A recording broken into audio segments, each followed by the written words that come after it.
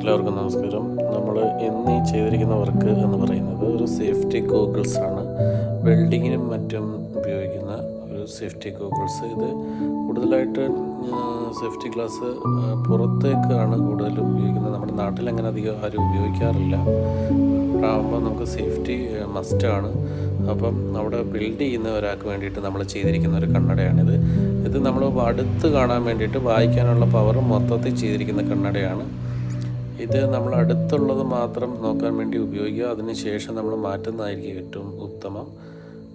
കാരണം നമുക്ക് ദൂരോട്ട് ഇതിനകത്തൂടെ കാണാൻ പറ്റത്തില്ല, മങ്ങലായിരിക്കും. നമ്മളിപ്പോൾ ഇതിനകത്തൂടെ കാണുന്ന പോലെ തന്നെ ഇങ്ങനെ മങ്ങിയിരിക്കും. അടുത്തുള്ളത് കാണാനായിട്ട് നമുക്ക് കുറച്ചുകൂടെ ക്ലാരിറ്റിയിൽ കാണാൻ പറ്റും. അതിന് വേണ്ടിയിട്ടുള്ളൊരു കണ്ണടയായത്.